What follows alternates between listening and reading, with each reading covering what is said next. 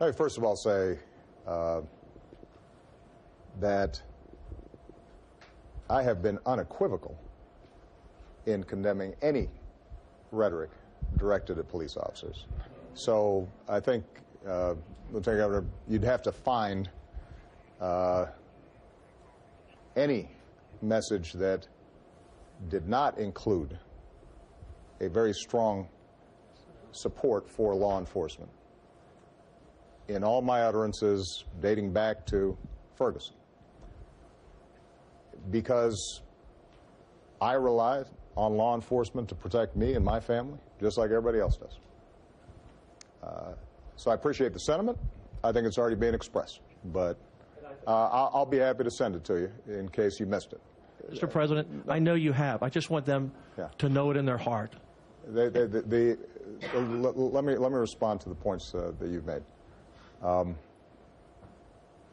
The second point is that I have also insisted throughout all these processes that law enforcement is deserving of due process just like everybody else. So no matter how powerful videos may be or what's been said, everybody deserves to be treated fairly by the justice system.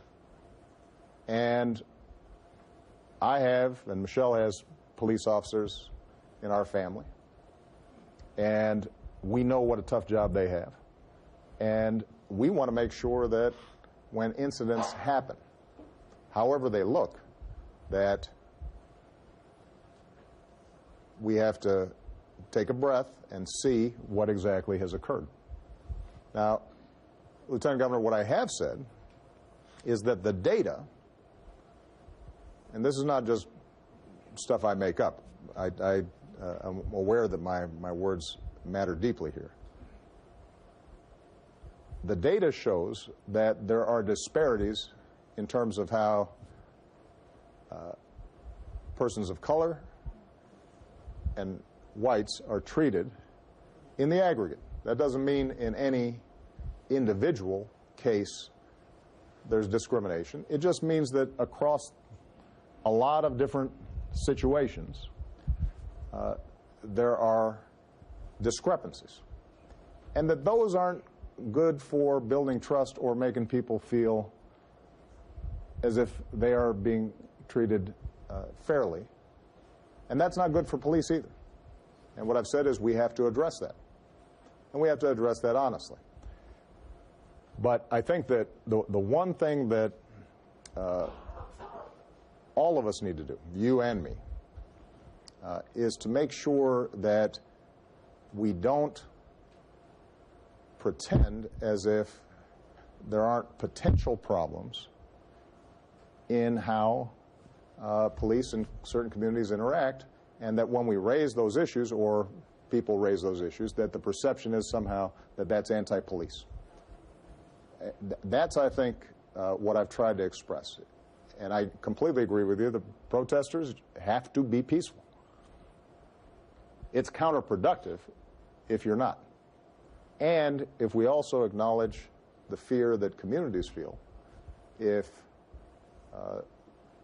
a parent sends their kid out to the store and they're not sure whether they're going to have a bad interaction that results in a tragic death. If we can just acknowledge this isn't a matter of us versus them, but it's a matter of all of us together as Americans working to solve this problem, then I think we will solve it. It's going to take a while to get to the point where we want to be, but nobody's more hopeful than me. I'm Mr. Hope when it comes to these issues. I mean, I've said from the start that we are not as divided as we seem, and I think we're going to solve it. But we have to understand that in a country of 300 million people, where the police interact millions of times with individuals, black and white and Hispanic and Asian and Middle Eastern, that there are going to be, there are going to be some problems. And we shouldn't shy away from that. But I am absolutely hopeful that we're going to solve it. But I just want to make this point, particularly for young people. Things are much better than they used to be. They're much better than they used to be. You know, if you think about, for example, crime rates. Under my presidency, violent crime rates have dropped precipitously. We have some of the lowest murder rates today than any time since the 1960s. Much less violent generally in our communities than it was 10 years ago or 20 years ago. That's a sign of hope. And some of that is because of some excellent policing that's been done and communities that are working with police. So we can make progress. It's just we have to be steady about it and make sure that all of us take responsibility rather than worrying about, okay, I want to make sure that I blame somebody else for the problem. That way I don't have responsibility for the solution. You said you're the most hopeful. Absolutely. There might be someone in this room who equals your hope. What? Clifton Kinney. He's 19 years old. And Clifton, could you stand up for me? Good to see you, Cliff. As you know, Mr. President, he's with Black Lives Matter from Ferguson. You've witnessed so much in that city. And Clifton, you were in the 6th grade when President Obama was elected? Yes. You had a lot of... Thank you for that, David. Thank you. I'm not the only one aging. Thank you for reminding me that I'm getting older. What were your hopes for this president, and what would you still like to see? Hello, Mr. President. I would like to thank you for your service and for personally inspiring me as a young organizer from Ferguson. I was 17 when I started organizing in Ferguson, and now I'm a sophomore at Howard University. My question for you today is, what do you envision safety looks like for poor black and brown communities, as we understand that it is more expensive than policing? And what can you do as you are about to exit office? What can you do to ensure that that vision has groundwork for more progress? Sure. Well, it's a great question. One of the interesting things, Clifton, that I know Chief Brown said in Dallas, but I hear this from chiefs and rank and file all across the country, is that we expect police to solve a whole range of societal problems that we ourselves have neglected. So, and I mentioned this in my remarks at the memorial in Dallas. We have communities without jobs, with substandard schools, where the drug trade is so often considered the only way to make money. Communities that are inundated with guns, where there's a lack of mental health services or drug treatment services. And then we say to the police, go deal with that, keep it out of sight, keep it out of mind. And then if we put the police in those difficult situations and something happens, understandably, the police feel as if they're being attacked because we haven't provided them a situation in which it's easier for them to do their jobs. Some departments have done a very smart thing, and that is to start working more closely with the public health organizations in their community, because it turns out that, for example, 25 to 30% of shootings involving police are with somebody who has serious mental health problems, but nobody's provided them treatment ahead of time. Making sure that we're providing jobs and training.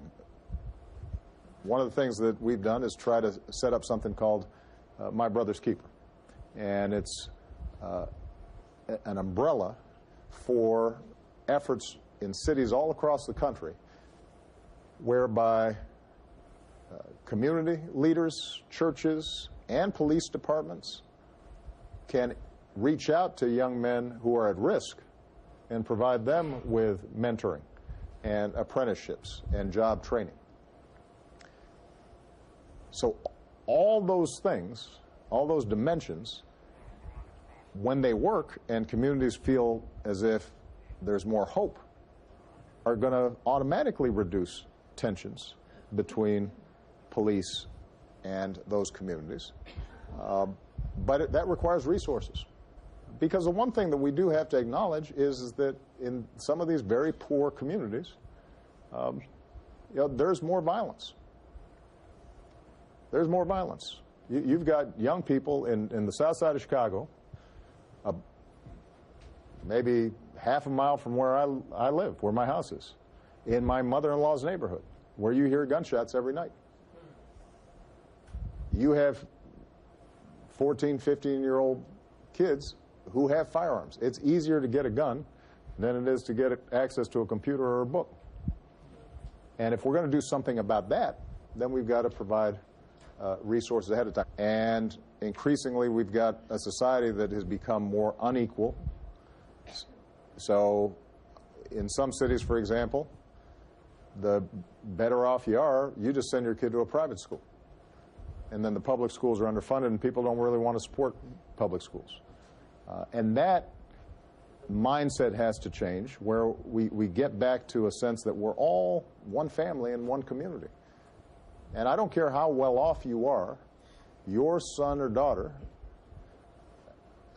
even if they're getting everything from you, they're still living in the community. And at some point, if they are getting all kinds of opportunities and the kid just a mile away is getting none, that's going to create problems. It's going to create more challenges. Thank you very much. Clifton, thank you. Thank you. It's not lost on us that there are so many parents in this room, mothers and fathers, searching for the answers to help keep these conversations going. And I'm joined by my colleague from ESPN, Jamel Hill, with a concerned mom. Jamel? I'm here. Thank you, Mr. President, by the way, and thank you, David. I'm here with Karen Sharp and also with Terry George. These women represent the mothers of police officer. Karen Sharp, her son, Michael Slager, is awaiting trial concerning the shooting death of Walter Scott in North Charleston. And Terry George, her son, Timothy, is a 25-year-old police officer in Baltimore. Now, during the Freddie Gray unrest, a brick was thrown through her son's car. And Terry would like to ask you a question, Mr. President, about the safety of police officers.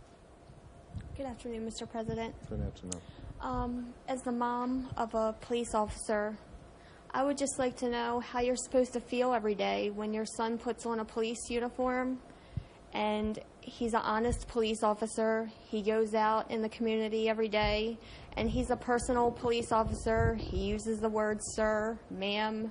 He walks the beat. He gets to know the community. But, during the Freddie Gray situation, he had water bottles thrown at him. He had rocks. He had a brick thrown through his window. He had glass in his eye. But he was still out there. What's he supposed to do? What's he supposed to do to protect himself? I don't know. It just seemed like nobody was there to protect him. Well, first of all, I think you should feel proud because he's a public servant and he sounds like a wonderful young man and he's doing the right thing. I have to say I was surprised that you actually have a son old enough to be a police officer, but that's a whole nother topic. But if you look at a situation like Baltimore, there is, and I've said this before, there are not excuses for the kinds of violent activities that we see in response to anything. In part, and I've said this, I said this when it was happening, it's tearing down the very communities that actually need to be built up. I have a staff person in the White House whose mother lives in Baltimore in some of the areas where some of these disturbances took place. She's elderly.